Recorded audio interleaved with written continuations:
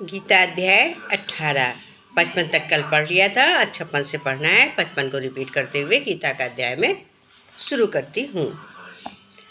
उस परमा भक्ति के द्वारा वो मुझ परमात्मा में मैं जो हूँ और जितना हूँ ठीक वैसा का वैसा तत्व से जान लेता है तथा उस भक्ति से मुझको तत्व से जानकर तत्काल ही मुझ में प्रविष्ट हो जाता है। मेरे परायण हुआ कर्मयोगी तो संपूर्ण कर्मों को सदा करता हुआ भी मेरी कृपा से सनातन अविनाशी परम पद को प्राप्त हो जाता है। सब कर्मों में मन से मुझ में अर्पण करके तथा संबुद्धि रूप योग को अवलंबन करके मेरे परायण और निरंतर मुझ में चित्त वाला हो। उपयुक्त प्रकार से मुझ में चित्त वाला होकर तू मेरी कृपा से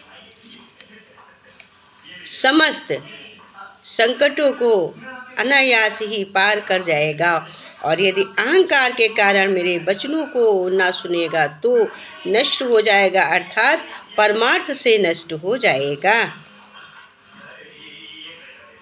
जो तू अहंकार का आश्रय लेकर ये मान रहा है कि मैं युद्ध नहीं करूँगा तो तेरा ये निश्चय मिथ्या है, क्योंकि तेरा स्वभाव तुझे जबरदस्त युद्ध में लगा देगा। हे कुंती नंदन, जिस कर्म को तू मोह के कारण करना नहीं चाहता है उसको भी अपने पूर्वव्रत स्वाभाविक कर्म से बंधा हुआ परवश होकर करेगा।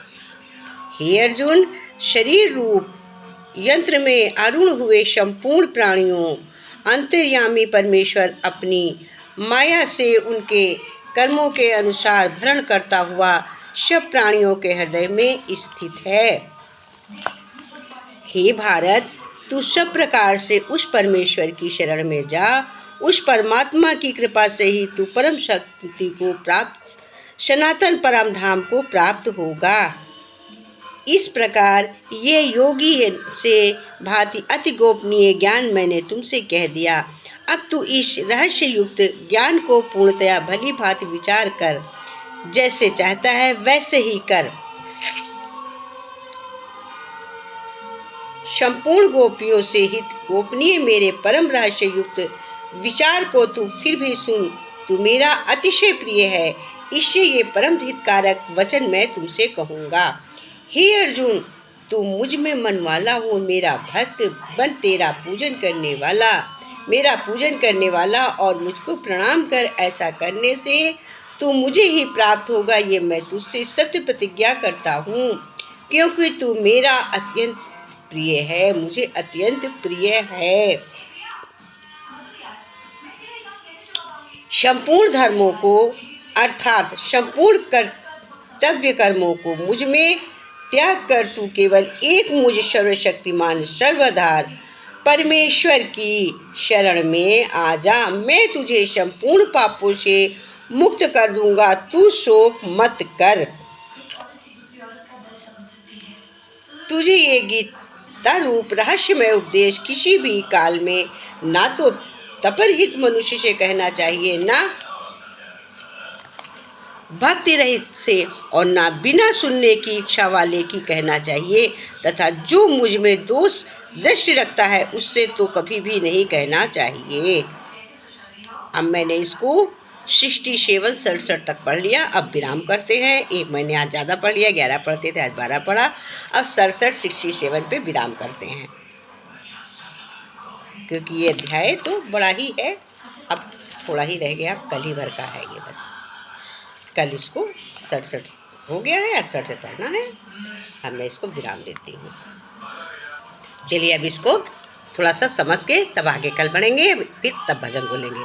कहते हैं, जो तत्व ज्ञान की पराकाष्ठा है तथा जिसको प्राप्त होकर और कुछ जानना बाकी नहीं रहता है, वहीं वहाँ परम भक्ति है। ज्ञान की प्रानिष्ठा परम नैकस में सिद्धि और परम सिद्धि इत्यादि नामों से कही गई है या जानी जाती है। कही गई है या जानी जाती है। कहते हैं, लज्जा, भय, मान, बड़ाई, अशक्ति को त्याग कर एवं शरीर और संसार में अहंता ममता से रहित होकर केवल एक परमात्मा को ही परमाशय, परम गति और सर्वस्व समझना तथा अन्य भाव से अतिशय श्रद्धा, भक्ति और प्रेम पूर्वक निरंतर भगवान के नाम, गुण, प्रभाव और स्वरूप का चिंतन करते रहना एवं भगवान का भजन स्मरण करते हुए ही उनके आज्ञानुसार कर्तव्यों का निस्वार्थ भाव से केवल परमेश्वर के लिए आचरण करना, ये सब प्रकार से परमात्मा के ही शरण होना है। संपूर्ण योगियों से अति गोपनीय मेरे परम रहस्य युक्त वचन को तू फिर सुन। तू मेरा अतिशय प्रिय है, इससे ये परम हितकारक वचन मैं तुझसे कहूँगा।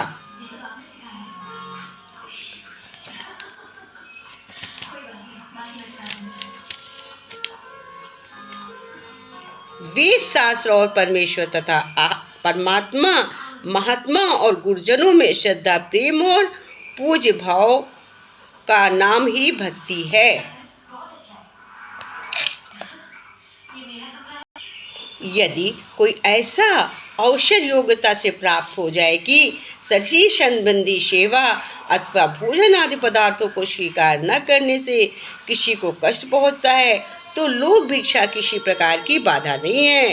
तो उस अवसर पर सर्वथा का त्याग करके केवल उसकी प्रीति के लिए सेवादि का स्वीकार करना दोषयुक्त नहीं है, क्योंकि स्त्री, पुत्र और नौकर आदि से की सेवा एवं बंधु बांधव और मित्र आदि द्वारा किए हुए भोजन आदि पदार्थ स्वीकार न करने से उसको कष्ट होना एवं लोक मर्यादा में बाधा पड़ना संभव है।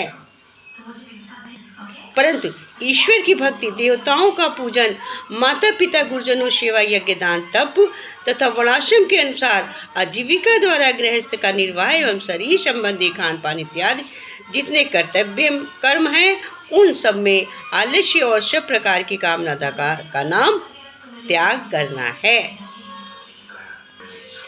इस लोक और परलोक के संपूर्ण भोगों को क्षणभंगुर, नाशवान और भगवान की भक्ति में बाधक समझकर किसी भी वस्तु की प्राप्ति के लिए ना तो भगवान से प्रार्थना करना और न मन से इच्छा रखना, ये किसी प्रकार का संकट आ जाने पर भी निवारण के लिए भगवान से प्रार्थना न करना, अर्थात हृदय में ऐसा भाव रखना कि प्राण भले ही चले जाए परंतु इस मिथ्या जीवन के लिए विशुद्ध भक्ति से कलंक लगाना उचित नहीं है।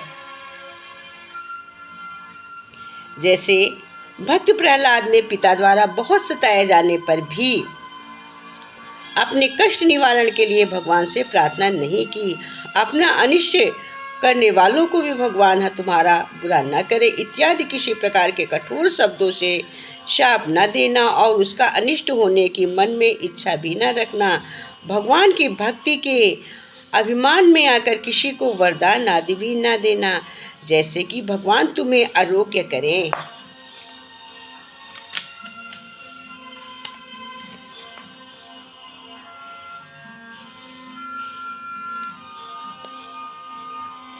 कहते हैं कि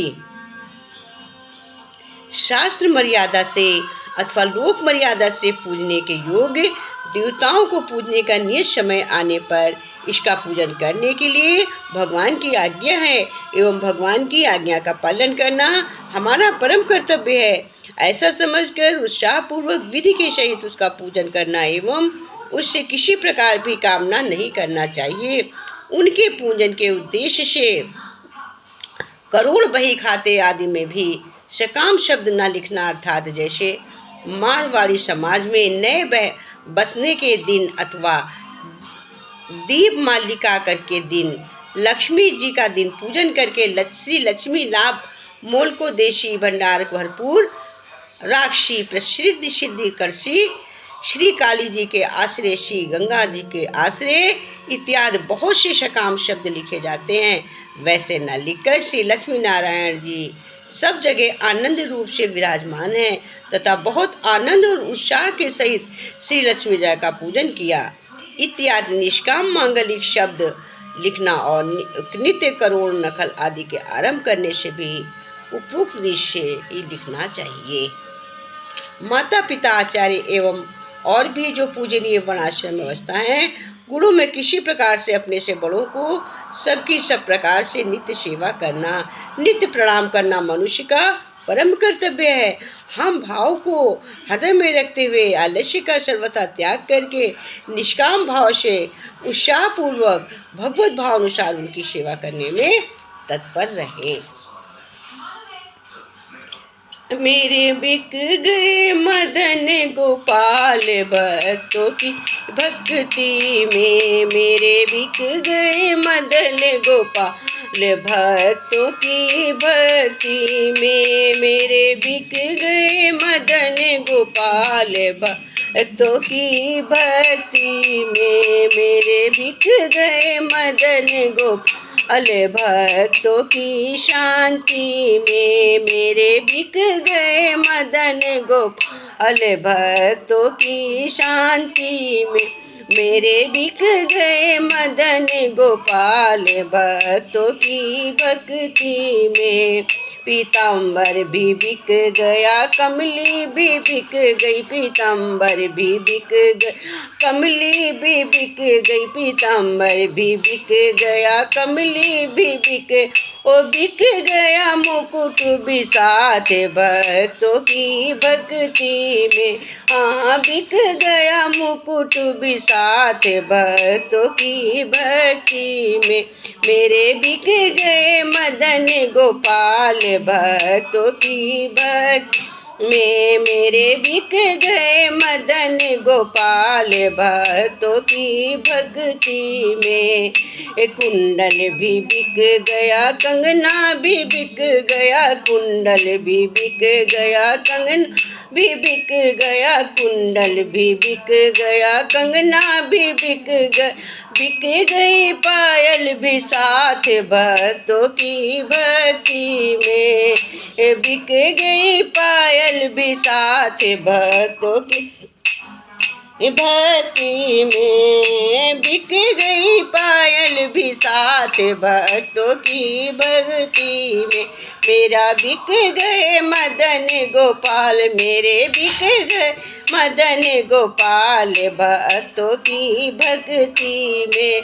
हाँ हाँ, बिक गए मदन गोपाल भक्तों की शांति में, बिक गए मदन गोपाल भक्तों की शांति में। बंसी भी बिक गई, माखन भी बिक गया, बंसी भी बिक गई, माखन भी बिक गया, बिक गई टेढ़ी मेढ़ी चाल भक्तों की भक्ति में। बंसी भी बिक गई, माखन भी बिक गया, बंसी भी बिक गई, माखन भी बिक गया, बिक गई टेढ़ी मेढ़ी चाल, आहा बिक गई टेढ़ी मेढ़ी चाल भक्तों की भक्ति में। मेरे बिक गए मदन गोपाल भक्तों की भक्ति में, मेरे बिक गए मदन गोपाल भक्तों की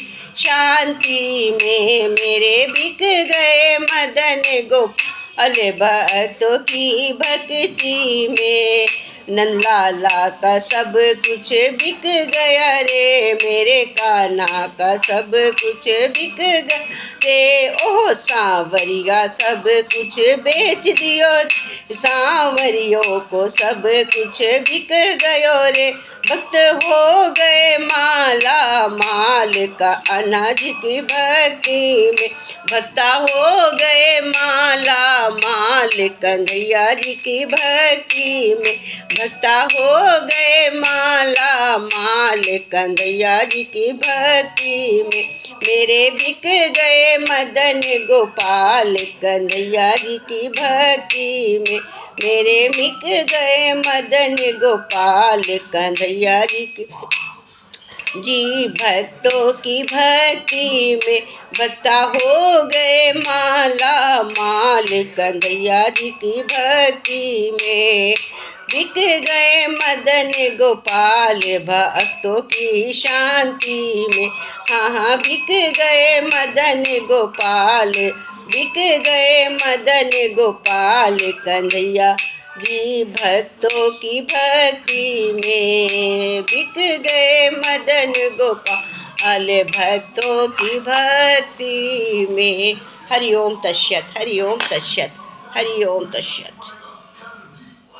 हरि ओम तस्सत, हरि ओम तस्सत। तो एक बात बता, सूरज का असली रंग क्या है? पीला। गलत जवाब।